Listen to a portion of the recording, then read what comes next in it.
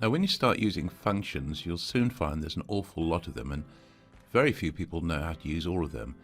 So just as an example, let's say in this cell here, I wanted an average of these grades.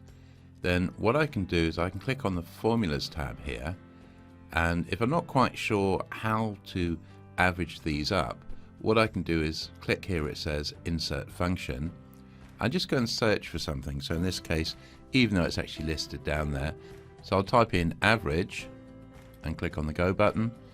And as you can see, there's lots and lots of different functions here to do with average. We'll just take the basic one here. If we're not quite sure how to use this, or we want more information, always remember that within this Insert Function box, down here you've got this little link that says Help on this function. Go and click on that, and that brings up a support page from Microsoft, and it'll tell you all about this. So it gives you a description of what it's about and how to use it, and then it shows you examples of the basic syntax. Then there's some remarks here, maybe things that you should be aware of and sort of common mistakes, that kind of thing. And as you come down here, you'll find there's more information. And in this case, it's fairly straightforward. So here's an example, again, just showing you how to work things out. So if you wanted to type this in by hand, let's say you had a range A2 to A6, you'd type in equals average, open brackets, A2 colon A6, close brackets.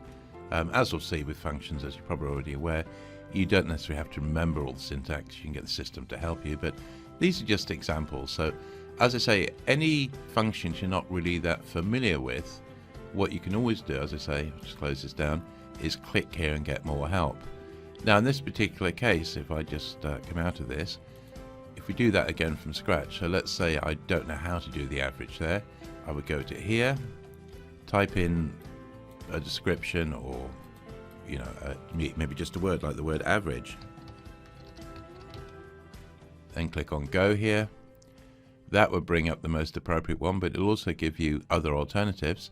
So in this case, if I just simply click on OK and then click on OK, even though maybe I didn't know how to use the average function, it's worked all this out for us. And if we go and click on that, it's inserted this. So it's inserted the syntax equals average.